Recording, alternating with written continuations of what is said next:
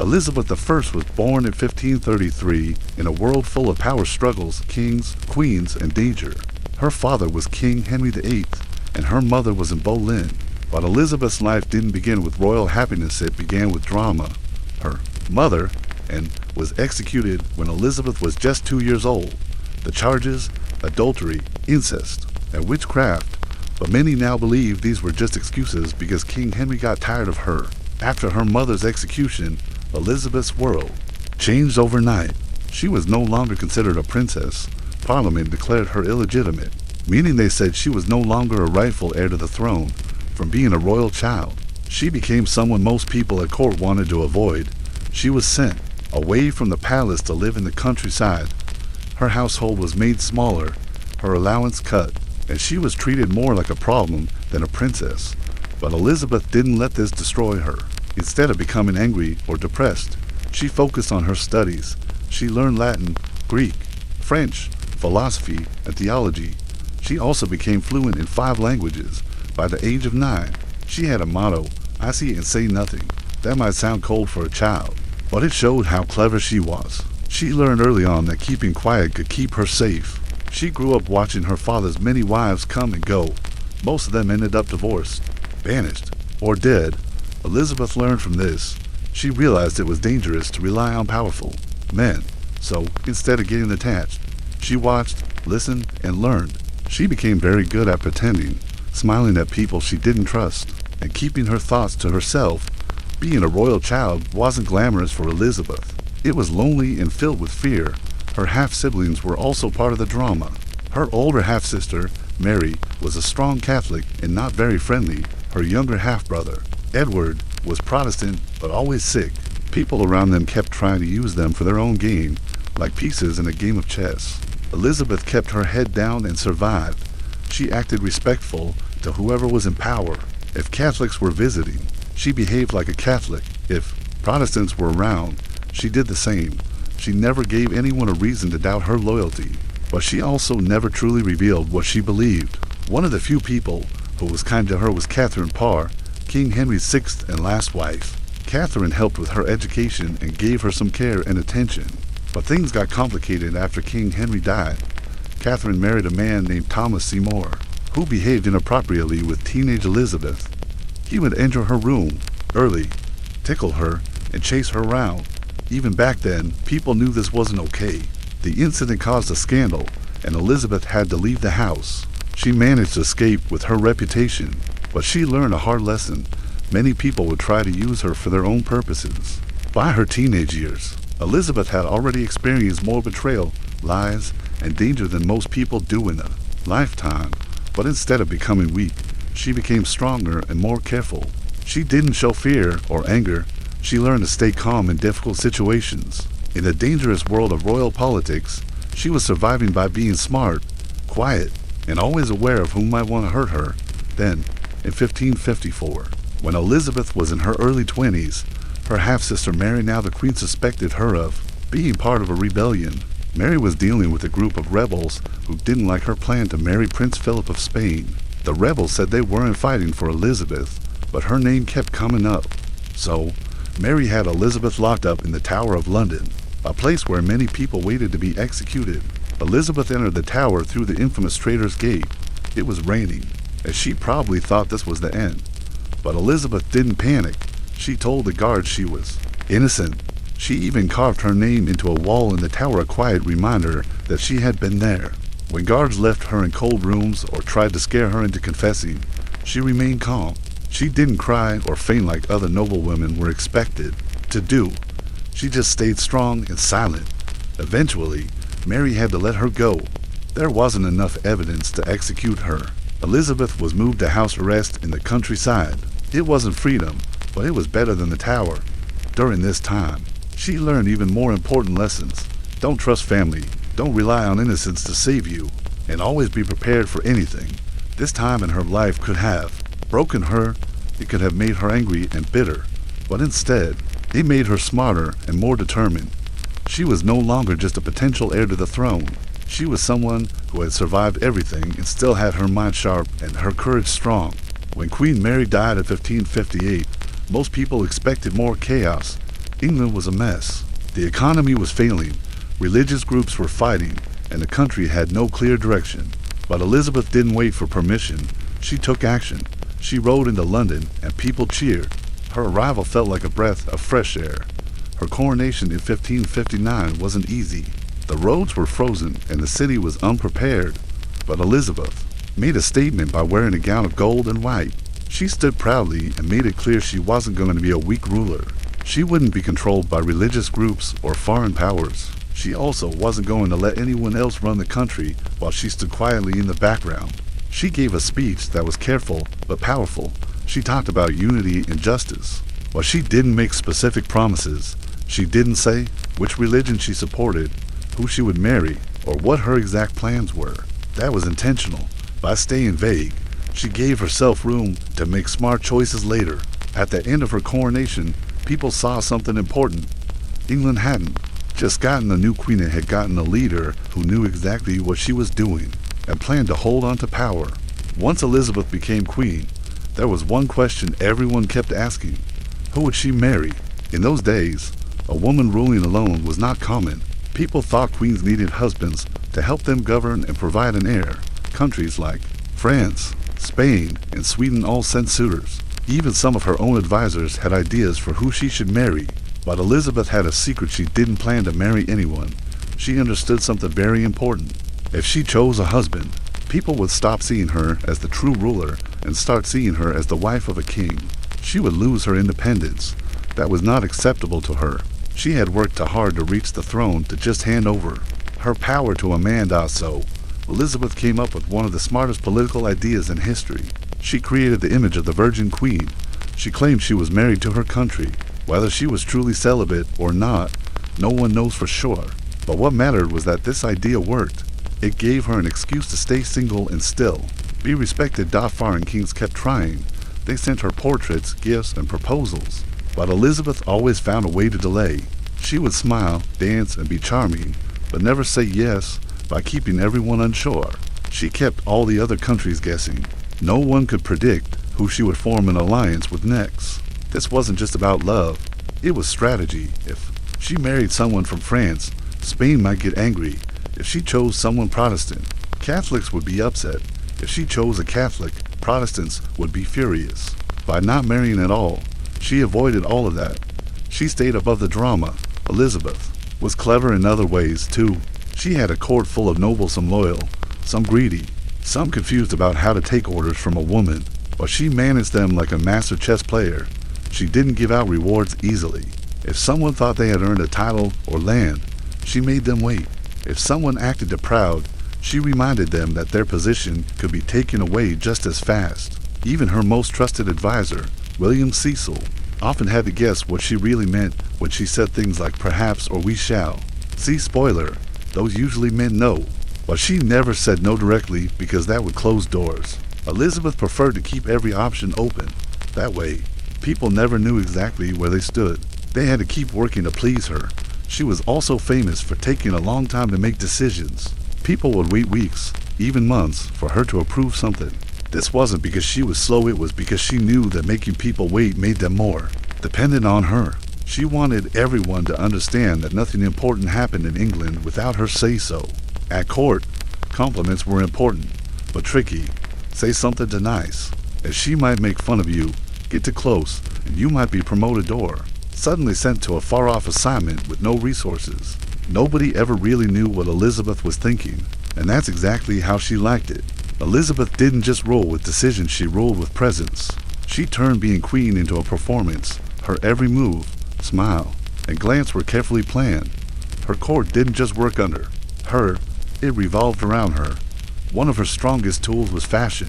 Her clothes were not just for beauty, they were a form of power. She wore huge gowns with ruffles, embroidery, and so many jewels that she practically sparkled. These outfits sent a clear message: I am powerful, I am different, I am the queen. She even controlled how others dressed. Certain fabrics and colors were reserved only for her. You could be rich and important, but you were not allowed to dress like Elizabeth. Even her portraits were carefully controlled. Painters had to use a special face template, so she always looked young and perfect. It was like the first version of Photoshop. Her pale white makeup which contained poisonous lead, gave her a ghostly, goddess-like look.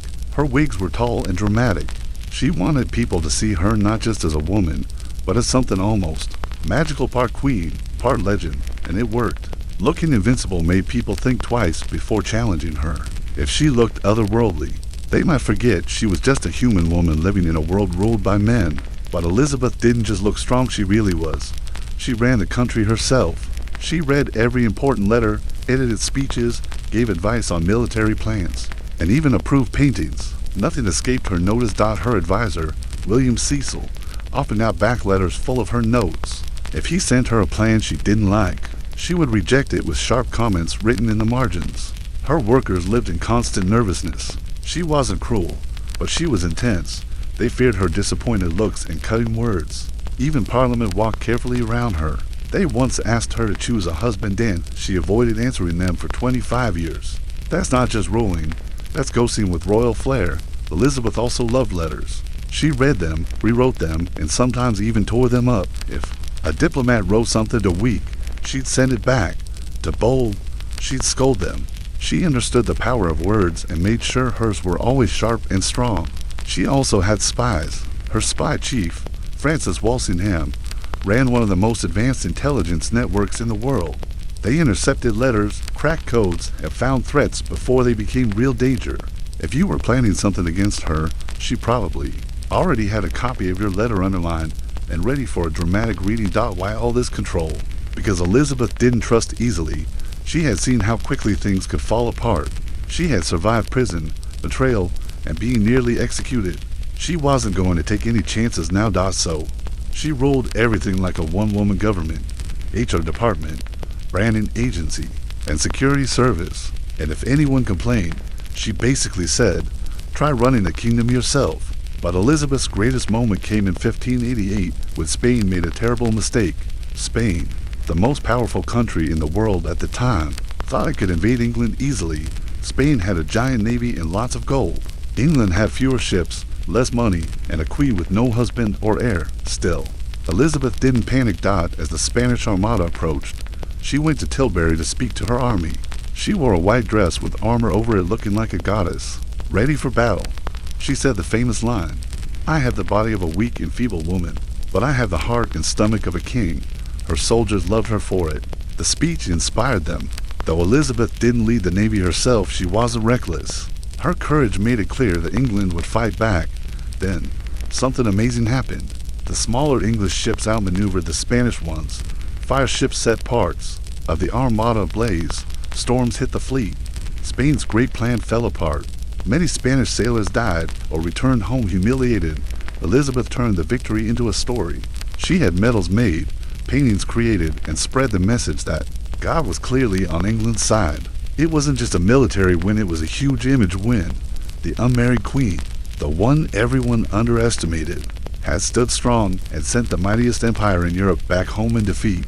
Elizabeth I proved that power didn't come from being a man, being married, or being predictable. It came from intelligence, courage, and a strong sense of self, and she had all of that. For many rulers, one of the most important things to do besides staying in power was to name a clear heir, to take the throne after them. Elizabeth, however, never did. For 44 years, whenever people asked who would rule after her, she gave the same answer, you'll find out when I do. This decision drove her advisors crazy. The public wanted security.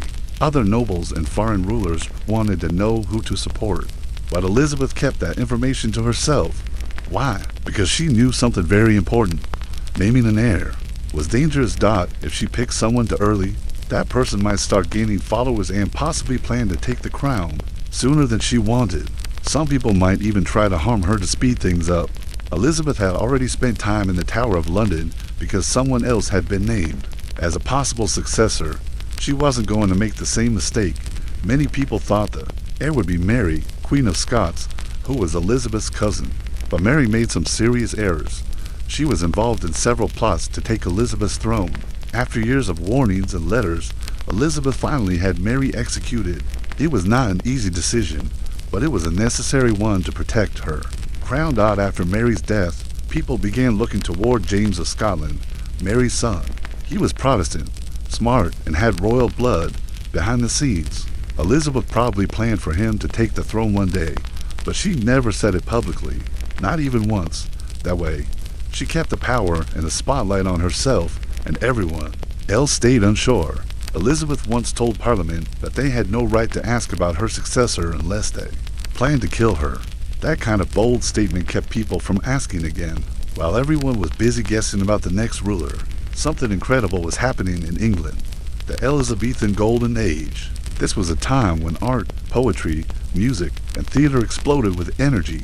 It was one of the greatest cultural moments in English history, and it happened under Elizabeth's rule. The most famous name from this time, William Shakespeare. Shakespeare wrote many of his most famous plays during Elizabeth's reign, like Macbeth, Hamlet, Romeo and Juliet, and A Midsummer Night's Dream. These stories were filled with love, death, ghosts, and political drama just like real life in Elizabeth's court. Elizabeth loved the theater, while some advisors complained that plays were too silly or dangerous. She saw their value. Plays were the Netflix of the 1500s. They kept people entertained, distracted from problems, and most importantly, they often ended with wise, strong rulers winning. That kind of storytelling helped support her image. Artists and poets also praised Elizabeth in their work. They called her a goddess, a shining star, a warrior queen. Explorers even named places after her, like Virginia, in honor of her title, the Virgin Queen. England started to feel proud of itself. It was no longer just a rainy little island, it was now a rising world power with a smart, stylish queen leading the way. Even science and exploration got a boost. Elizabeth didn't sail ships herself, but she supported brave men who did, like Sir Francis Drake and Sir Walter Raleigh. These explorers returned with gold, stories, and new knowledge. Sometimes they broke laws or stole from Spain, but Elizabeth didn't mind too much as long as the treasure made it back to England. She was careful not to push too far. Elizabeth knew when to smile, when to pretend she knew nothing, and when to take credit for success. England was changing. It was becoming richer, more powerful, and more confident, and at the center of it all was a queen who looked like a legend and acted like a leader. But just because Elizabeth had no husband didn't mean her court was free of romantic drama. Enter Robert Dudley. Dudley was tall, handsome, and very close to the queen. Some people believed they were in love. Some believed they were more than friends, but no one knew for sure. Elizabeth kept it mysterious. As always, she gave Dudley fancy titles and land. She kept him close, but she never married him. Even when his wife died in suspicious circumstances, Elizabeth didn't push him away. She didn't marry him either. It would have caused too much scandal. Dudley wasn't royal enough, and rumors about his wife's death made things worse. Still, Elizabeth knew how to use these relationships to her advantage. She flirted with kings and princes from other countries. She promised to consider their proposals. She praised their gifts, but in the end, she never chose one. Why? Because keeping the possibility of marriage open gave her power. If Spain needed to be calmed, she acted interested in a Spanish prince. If France needed distracting, she smiled at a French duke. If her people wanted reassurance, she reminded them that she was already married to England. Her love life wasn't just private, it was political. It kept enemies confused, allies hopeful, and a court full of whispers. As time passed, Elizabeth aged. By the late 1590s, she wasn't the young, red-haired queen anymore. She was now in her 60s, an impressive age at a time when many people died before reaching 40. Her looks changed. She wore wigs, heavy makeup, and dramatic gowns. Her teeth were missing, and her moods could be sharp. She threw things during council meetings, gloves, shoes, insults, whatever was nearby. Many of her old friends and advisors had died. The new ones never quite measured up. Elizabeth became more suspicious and more isolated, but she still ruled. Even when her health declined, she refused to rest. She stayed on her feet for days, afraid that lying down would mean she was dying. Sadly, she was right. In the final days of her life, Elizabeth barely spoke. She sat quietly, dressed and alert, not ready to give in. Her ladies-in-waiting begged her to rest, but Elizabeth was as stubborn as ever. When she finally did lie down, she passed away quietly in Richmond Palace. There was no dramatic final speech, no huge farewell, just the quiet end of a woman who had ruled alone, fought hard, and never let anyone see her as weak. At the very end, she was asked once again, "Who will be your heir?" She didn't say much, but she made a small gesture. Some say she nodded toward James of Scotland. That was all the confirmation people needed, and with that, the Tudor dynasty ended, and the Stuart dynasty began. But Elizabeth didn't leave as a failed monarch or a forgotten ruler. She left like a statue stepping down from its pedestal. She had ruled with strength and style, and she left behind a country that was stronger, prouder, and more united than when she began. Elizabeth I didn't just rule with laws and armies, she ruled with image. She understood that how she looked, what she wore, and how she behaved in public mattered just as much as her decisions. She didn't just sit on the throne, she performed. The throne. Her gowns were not just clothes, they were armor. Elizabeth wore heavy dresses made of velvet, silk, and embroidered fabric covered in jewels. Her collars were massive and stiff, her ruffles were wide, her pearls, gold, and gemstones sparkled so much that she looked like a walking treasure chest. But all of it had a message: I am power. Her pale white makeup made her look almost otherworldly. Her red wigs were carefully styled and tall. Her eyes were sharp, and her presence was unforgettable. She wanted people to see her not just as a queen, but as a legend. She wanted to appear immortal above age, above weakness, above being just a woman in a man's world. Even her portraits were part of the plan. Artists weren't allowed to paint her however they wanted. They had to use a standard face called the Mask of Youth. That way, in every painting, Elizabeth looked the same, strong, young, and untouchable, even when she was actually growing old and frail, and no one else was allowed to dress like her. She passed sumptuary laws rules about who could wear what. Certain colors and fabrics were only for the queen. That made sure she always stood out. Even the richest nobles couldn't copy her style. Elizabeth didn't want to blend in. She wanted to own the room. She wanted people to know she was different, powerful, and in complete control. And it worked. Her image became so strong that people saw her more like a myth than a person. But behind the clothes and portraits, Elizabeth was a master of strategy. Her court, the group of advisors, nobles, and servants who surrounded her, was full of drama, ambition, and danger. And she managed them like a chessboard. Everyone wanted her favor. Everyone wanted power. But Elizabeth didn't make it easy. She gave out titles slowly. She rewarded loyalty carefully, and she never fully trusted anyone. If someone got too proud or too confident, she reminded them that they could be sent far away with a polite letter and no money. One day, someone could be my sweet Robin. The next day, they could be out of the inner circle. Even her most trusted advisor, William Cecil, spent years trying to guess what she really meant. When she said perhaps, it often meant no. But she never said it directly. Elizabeth knew that keeping people unsure made them work harder to please her. Her decisions were often slow, but not because she didn't know what to do. She took her time on purpose. The longer she delayed a choice, the more desperate people became for her answer.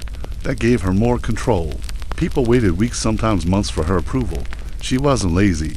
She was making sure that remembered who was in charge. Every document, every law, every letter needed her signature. And her signature wasn't easy to get. In her court, flattery was everywhere but dangerous. Compliment her too much, and she might laugh at you. Get too close, and you might find yourself promoted or exiled. No one ever truly knew what Elizabeth was thinking. That was exactly how she wanted it. She didn't just act like a queen, she became a symbol. Everything about her was carefully chosen to send a message. I am England. I am the ruler. I don't need a man, and I don't need your approval. This performance helped her stay in power, but it wasn't just for show. Elizabeth was deeply involved in the business of ruling. She personally read letters, revised speeches, and edited official documents. She even had a say in how portraits were painted. If someone sent her a weak or boring letter, she ripped it up. If a diplomat was too bold, she corrected them on the spot. She believed words were weapons, and she made sure hers hit hard. Her intelligence network was also impressive. Her spy master, Francis Walsingham, created one of the best spy systems in Europe. Letters were intercepted, codes were cracked, assassins were caught before they could act. If you planned anything against her, there was a good chance Elizabeth already knew about it. She wasn't paranoid, just smart. She had seen what happened to rulers who let their guard down. She wasn't going to become one of them. Elizabeth also ran a tight ship when it came to communication.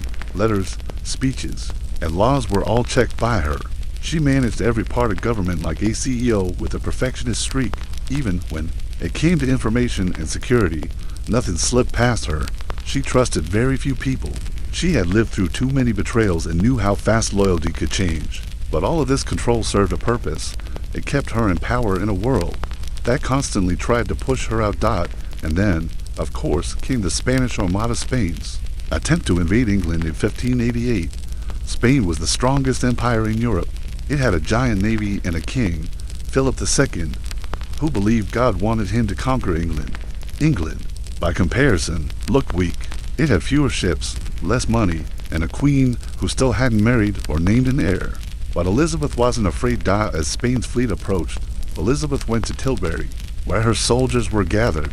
She wore a white dress with a metal breastplate over it, a mix of elegance and battle readiness. There, she gave one of the most powerful speeches in English history. She told the troops, "I may have the body of a weak and feeble woman, but I have the heart and stomach of a king." The army was inspired. The message was clear. Don't mistake me for weak.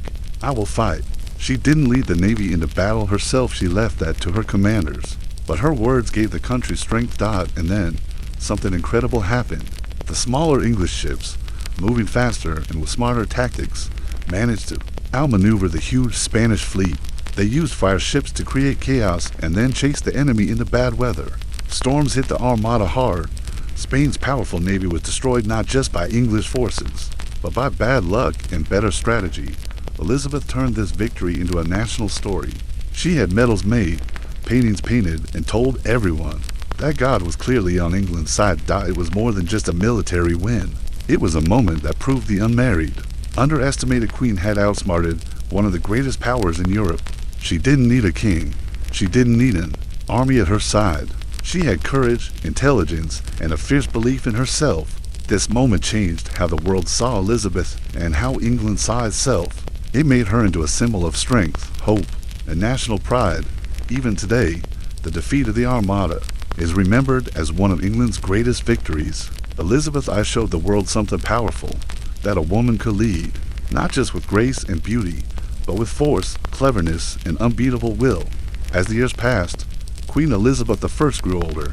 By the late 1590s, she was no longer the bright, young red-haired woman who had taken the throne with bold words and a golden gown. She was now in her 60s, which was very old in the time when many people didn't live past 40. But even as her body weakened, her mind and will stayed strong. Elizabeth refused to slow down. She still held council meetings, read letters, and made decisions herself. She refused to hand over power or name a clear heir. Her courtiers, the people who worked closely with her, were often nervous. Because she still had a fierce temper, she would glare, insult, or even throw objects like gloves or shoes if someone made a mistake. No one dared bring her bad news. Her advisors often sweated through meetings, carefully choosing their words. Some even faked nosebleeds just to escape, delivering difficult messages. By this time, many of Elizabeth's closest friends and trusted advisors had died or retired. William Cecil, her most loyal counselor, had passed away. Others who had helped shape her role were gone. The new generation of politicians and nobles didn't have the same bond with her. Elizabeth became more isolated. She trusted fewer people. Her court became a quieter, more tense place. She continued to wear grand gowns and heavy makeup. But now, the makeup was covering signs of aging. Her hair was all wigs. Her teeth were missing. She looked like a ghost of the powerful image she once built. But she still insisted on being seen as strong. She rarely left her palaces. She didn't go on royal tours or visit the people as much. Still, she worked hard. She read and edited every official document. She gave orders on everything from military plans to trade deals. She was still deeply involved, and no one could take her place. Elizabeth refused to name a successor. She kept the question of the next ruler unanswered. Even as her health declined, she didn't give in. She was afraid that if she picked an heir, her courtiers and foreign governments would start focusing on that person instead of her. As she was right in her final months, Elizabeth became very quiet. She slept less. She barely spoke. When she did, her words were hard to understand. She avoided her bed and stayed on her feet as long as she could, sitting in a chair or standing for hours. Her servants begged her to lie down and rest, but she refused. She believed that if she laid down, she would die, and in a way, she was right. After staying awake for days, Elizabeth finally collapsed from exhaustion. She was carried to her bed at Richmond Palace. There, surrounded by her attendants and flickering candles. The long reign of Elizabeth I came to a quiet end. She didn't give a big final speech. She didn't write a last royal decree. There was no dramatic farewell. Just a queen who had ruled fiercely, finally letting go at the very end. One of her advisors asked her the question one last time: who should be the next monarch? Elizabeth didn't speak clearly, but she is said to have pointed or nodded toward James of Scotland, the son of Mary, Queen of Scots, the woman Elizabeth had once executed. It wasn't an official declaration, but for Elizabeth, it was enough. She had made her choice in the most subtle, quiet way possible, just like she had ruled for decades. And so, with that small motion, the Tudor dynasty ended. James of Scotland became King James I of England, starting the Stuart dynasty. Elizabeth didn't die like a forgotten queen. She died like a legend stepping off the stage. Even in her final hours, she stayed true to herself, independent, controlled, and never fully understood by anyone. She left behind no children, no husband, no heir of her blood. But what she left behind was even more powerful, a legacy. She proved that a woman could rule England alone and do it better than most kings. She transformed a divided, poor, and war-torn nation into a united, strong, and proud country. She survived assassins, rebellions, religious conflict, and constant pressure to give up her power. And she did it all without ever marrying or giving into expectations. Elizabeth ruled for 44 years, one of the longest reigns in English history up to that point. She started her rule as a young woman surrounded by doubt. She ended it as a living myth. After her death, her image lived on. Her speeches were quoted like holy words. Her portraits were copied again and again. Writers, poets, and painters turned her into a symbol of strength, wisdom, and grace. People called her Gloriana, a name that made her sound like a goddess. She was remembered as the Virgin Queen, the queen who belonged to no man in all of England. Even after she was gone, her story continued to shape the country.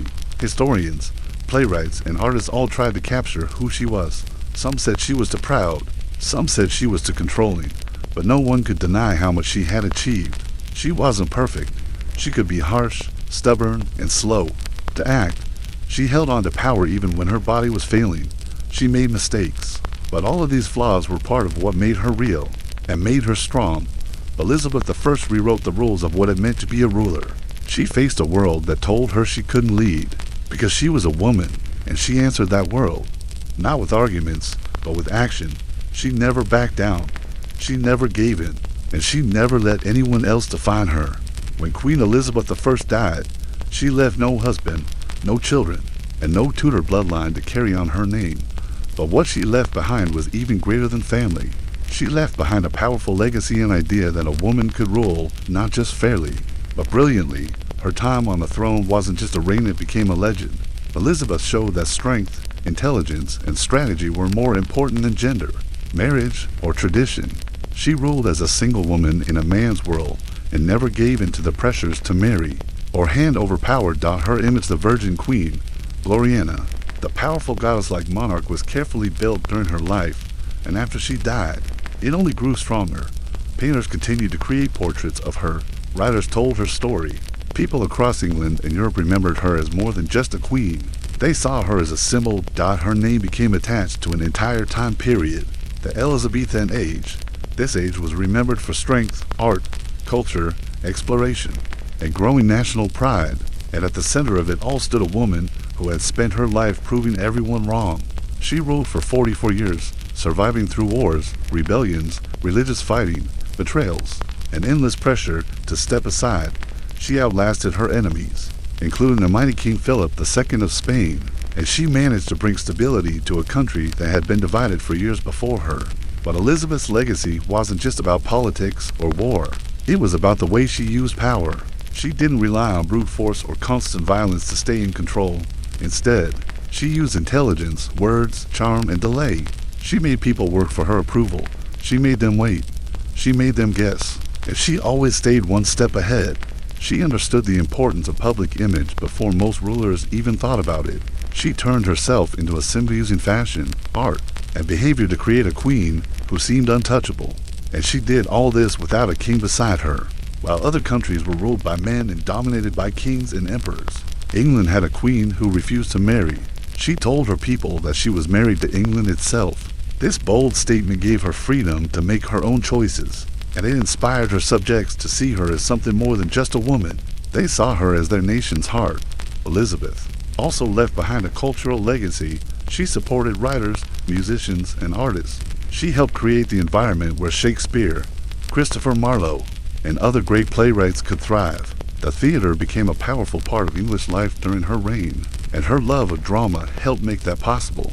Explorers like Sir Francis Drake and Sir Walter Raleigh traveled across the oceans during her rule, bringing back riches, new knowledge, and expanding England's influence. The world began to take notice of this one small island nation, and much of that growth happened because Elizabeth gave the support and stability needed for progress. She didn't build an empire like some later rulers would, but she laid the foundation for it. England during Elizabeth's time began to think bigger, to dream of becoming a world power, and much of that came from the confidence she inspired. Even people who didn't like her had to admit that she was remarkable. Foreign ambassadors often wrote reports about how hard it was to read her, how skilled she was in conversations, and how she always seemed to get what she wanted without ever clearly asking for it. And then there was the public, the everyday people of England. For many of them, Elizabeth was more than a queen. She was a source of pride. She was strong, clever, and steady in times of fear, like during the Spanish Armada.